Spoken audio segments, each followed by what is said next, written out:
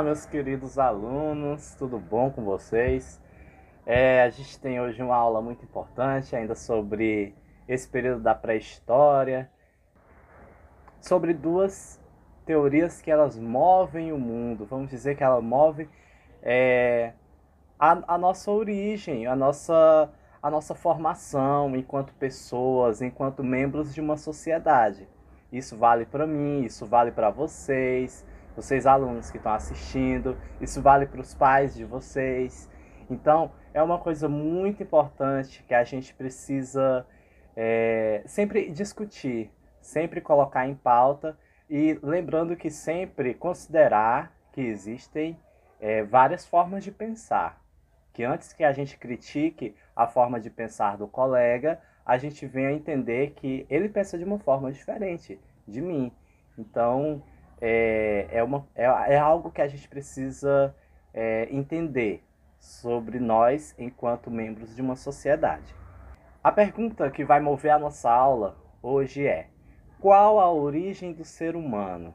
Então, se eu for perguntar para cada um de vocês, eu sei que aqui vocês estão me vendo, estão me assistindo, mas se eu estivesse junto com vocês, estivesse fazendo essa pergunta, eu iria encontrar várias maneiras de dizer: o homem veio através disso, o homem veio através disso, e só ia mudar as palavras, mas eu creio que a maioria de vocês iria dizer a mesma coisa, de que o homem foi criado por Deus. E talvez algum ia dizer assim: não, o homem não foi criado por Deus, não, o homem evoluiu. E aí, o que é verdadeiro? O que é falso? E será que existe algo verdadeiro? Será que existe algo falso? Lembro de uma propaganda do canal Futura que ele dizia assim: não são as respostas que movem o mundo, mas as perguntas. E são essas perguntas que elas movem a nossa formação. A gente nasce com uma ideia, a gente cresce e aquela ideia já não é mais a mesma coisa, a gente muda um pouco nossa opinião, ou alguns morrem com aquele pensamento. Passam a vida inteira tendo aquela mesma forma de pensar.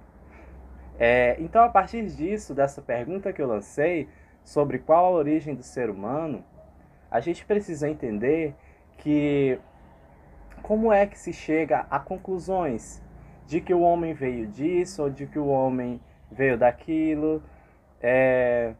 Bom, existem muitas interpretações e o que vai definir sempre são as fontes.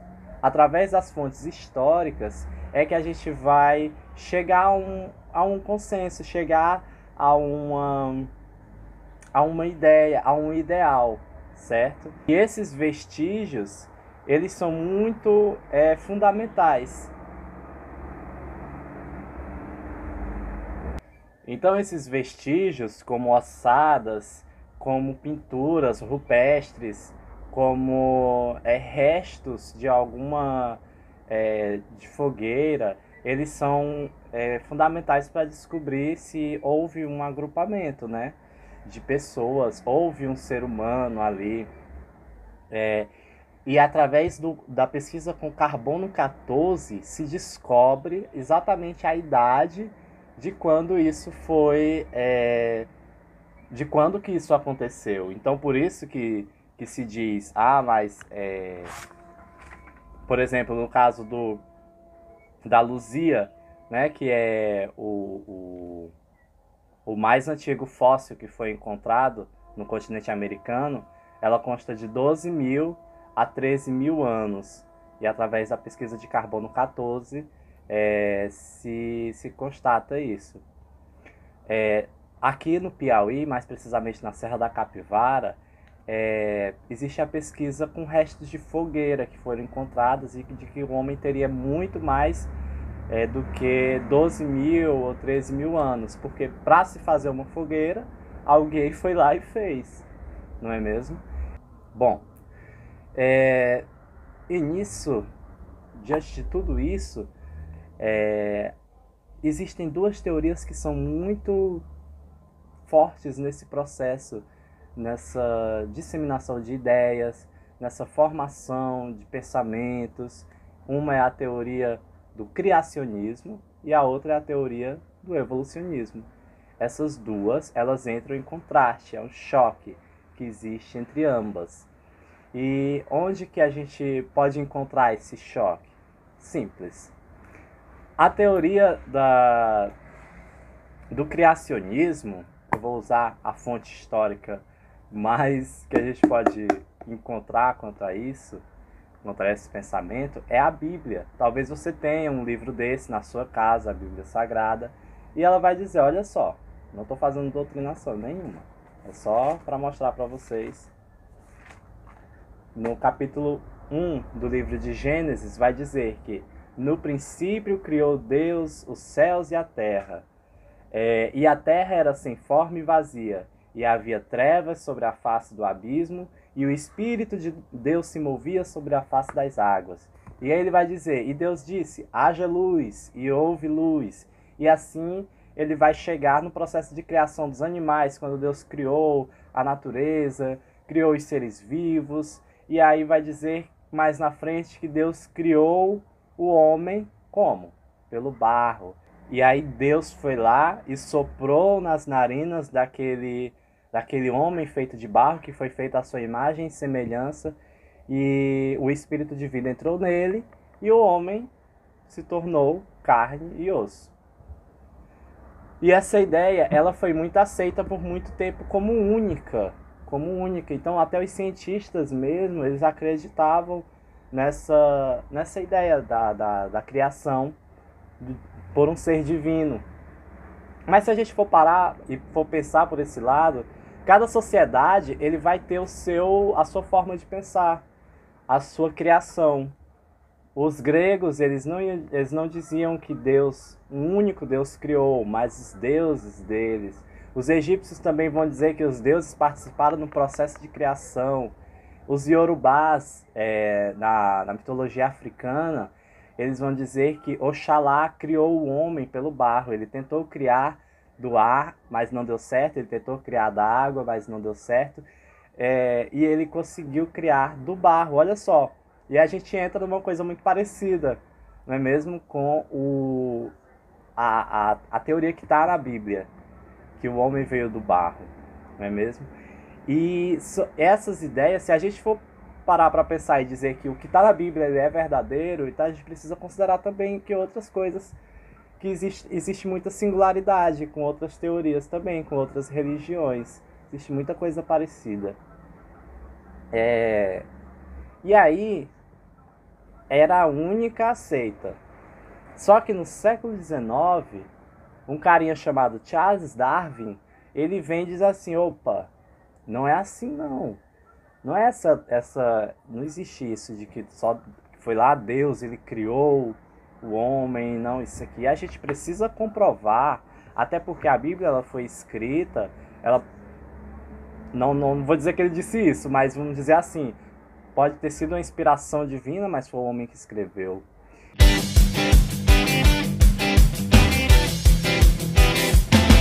Eu vou mostrar para vocês um vídeo que vocês vão entender como foi que surgiu, aonde foi que Darwin chegou. Esse vídeo é bem educativo, é dos Simpsons, e a gente vai entrar nessa discussão através desse vídeo.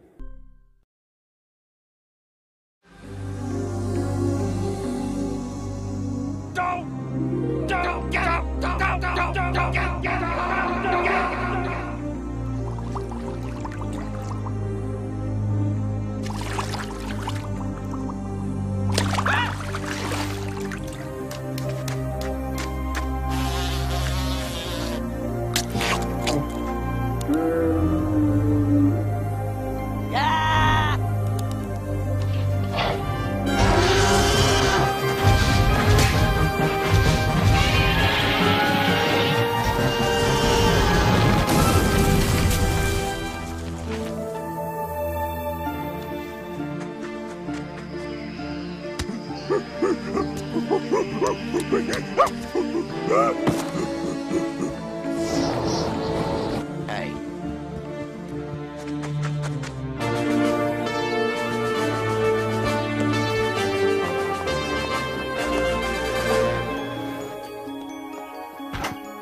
What took you so long? Bom, e como vocês viram aí no vídeo, houve um processo de evolução, né? O Homer, ele chegou desde aquelas espécies até ele chegar no Homer, e não só ele, mas os outros também, no que ele é hoje, sentadinho aí no sofá. Então você que está aí sentado no seu sofá, você que está aí assistindo, você acabou de acordar, está assistindo, não sei o que você está fazendo nesse momento, mas saiba que você passou por um processo, segundo Charles Darwin, você passou por todo um processo de evolução até você chegar aí, certo? Houve um processo de seleção natural. Através das pesquisas, através de estudos que Charles Darwin fez, ele chegou a uma conclusão de que o homem ele não foi uma criação. Nós não fomos criados nessa forma, né? E depois Deus foi lá e botou outro e criou de outra forma. Não. O homem ele passou por um processo de evolução. E como que ocorre isso? Esse processo da seleção natural, ele vai dizer no seu... Antes de tudo, Charles Darwin era um naturalista britânico. E ele vai dizer que no ano de 1859, quando ele publicou o livro A Obra A Origem das Espécies, ele vai dizer que o homem não passou por isso, por essa criação, mas ele passou por um processo de evolução. Que as espécies elas foram evoluindo com o passar do tempo, de acordo com a necessidade. Então, isso vai depender do clima, isso vai depender de como estava a vegetação. Então, tudo isso alimentou a ideia dele. Por exemplo, de que o homem ele evoluiu de um macaco, mas também que o macaco ele evoluiu de outro ser. Assim ele vai construindo toda a base dele. Então, com o passar do tempo, se a gente for analisar a nossa estrutura, nossa atmosfera hoje, ela não é a mesma de milhões de anos atrás. Então, nesses milhões de anos atrás, outras espécies existiam. Então, é nesse ponto que ele vai chegando, sabe? E Charles Darwin, ele criou essa teoria e foi muito forte. E ela foi aceita, pela classe cientista, mas ela não foi aceita por onde? Pela classe religiosa. Então, continuava tendo essa ideia de que o homem ele foi criado por um único ser, que era o ser divino, que era Deus. E hoje em dia, eu posso dizer que as duas existem de mãos dadas. Então tem criacionistas no mundo, tem evolucionistas no mundo, tem aqueles que vivem no meio termo, tem aqueles que acreditam que Deus criou o homem à sua imagem e semelhança, e tem aqueles que acreditam que o homem apenas evoluiu de outras espécies. E não só o homem, tá, gente? Outras espécies também evoluíram. Então ele diz que a semelhança não é uma coincidência, é realmente fato de uma árvore genealógica. Ela foi se diferenciando, ela foi coabitando com as espécies até chegar numa forma que hoje nós temos, tanto de seres humanos quanto de outros animais, tá certo? E aí vem a ideia do mito, os mitos, né? Esses mitos que constroem esse pensamento. Então tem vários. Olha só, o livro de vocês, na página 22, ele vai dizer que as explicações para o surgimento do mundo e dos seres humanos criados pelas diversas sociedades tinham um caráter mítico relacionado com as crenças daqueles povos. A essas explicações damos o nome de mitos. E mitos são narrativas, em geral, transmitidas oralmente, que contam com elementos fantásticos ou sobrenaturais. Então, são esses mitos que eles vão criar uma forma de pensar, tá bom? A gente chegou nesse pensamento, chegou nessa ideia, nessa disseminação de ideias. E o que a gente precisa entender, antes de tudo?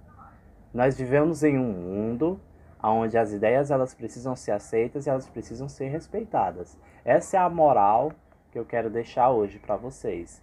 Então, analisem, discutam, perguntem aos seus pais no que eles acreditam, questionem. Você enquanto estudante, você enquanto membro de uma família, membro de uma sociedade, o que você pensa sobre isso? Será que o homem ele partiu por esse processo? Será que ele evoluiu? Será que ele foi criado? Ou será que foi outro surgimento? Quem sabe daqui uns dias você encontre outra forma de pensar que não tem a ver com nenhuma e nem outra dessas ideias?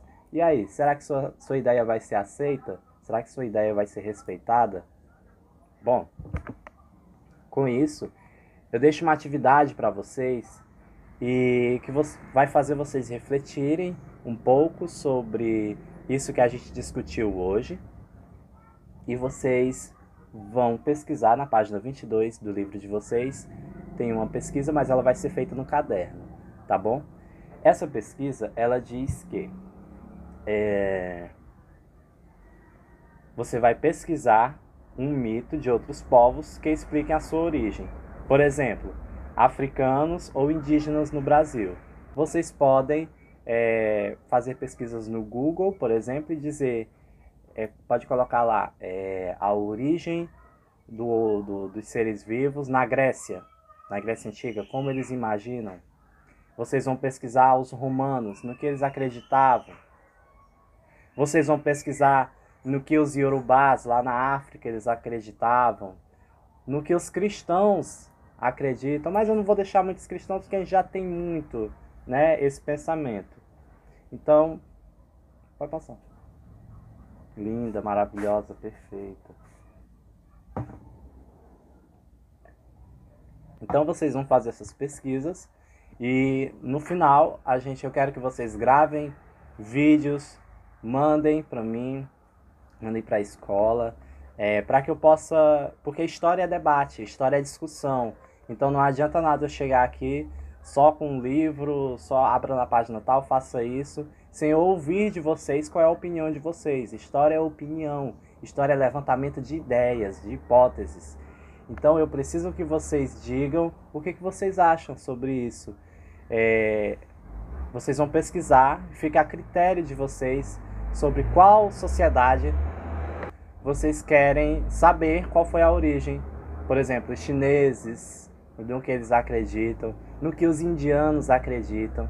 Então façam essa pesquisa e mandem para mim, para eu avaliar como é que está o pensamento de vocês, certo? Como é o pensamento de vocês quanto a isso. E a dica que eu deixo para vocês é um jogo chamado Evolução Nunca Fim, Célula à Singularidade. Esse jogo, ele é muito importante para você entender, se você se colocar como um deus ou como alguém que está criando as espécies, desde as células até que elas se tornem vida, como primatas, homens, plantas, peixes. Então fica a dica aí para vocês. E é isso. Um beijo para vocês e até a próxima aula.